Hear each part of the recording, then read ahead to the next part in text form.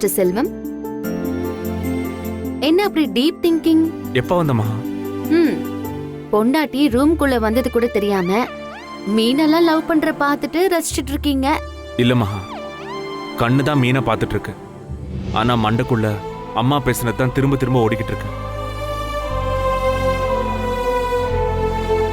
அம்மா பேசுறதெல்லாம் கண்டுக்காத மகா. இந்த காதல வாங்கி அந்த காதல விடுன்னு சொல்லுவாரே என் புருஷன். அவரை எங்கேயாச்சும் பாத்தீங்களா? டாக்டர் என்ன சொல்லிருக்காங்க? எந்த விஷயத்தையும் நினைச்சு ஸ்ட்ரெஸ் ஆக கூடாதுன்னு சொல்லிருக்காங்கல்ல. அத நினைச்சாதான் இன்னும் ஸ்ட்ரெஸ்டா இருக்கு. எத்தனை பேருக்கு எந்த கஷ்டமும் இல்லாம குழந்தை பாக்கியம் கிடைக்குது. இயல்பா நடக்க வேண்டிய ஒரு விஷயத்துக்கு நமக்கு மட்டும் ஏன் இவ்ளோ போராட்டம், இவ்ளோ சோதனை? இல்லங்க, நமக்கு மட்டும் இல்ல, ஹாஸ்பிட்டல்ல பாத்தீங்கல்ல எவ்ளோ பேரு எப்படி எப்படி வலியோட வாழ்ந்துகிட்டு இருக்காங்கன்னு.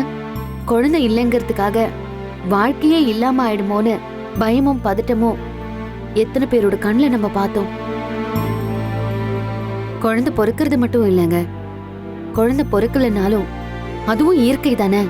அது ஏதோ பெரிய குற்றம் மாதிரியும், குழந்தை இல்லாதவங்கலாம் ஏதோ தீண்டத்தகாதவங்க மாதிரியும், இந்த சமுதாயத்துல வாழவே தகுதி இல்லாதவங்க மாதிரியும் ஏன் தான் இந்த சமூகம் இப்படி நடத்துதோ?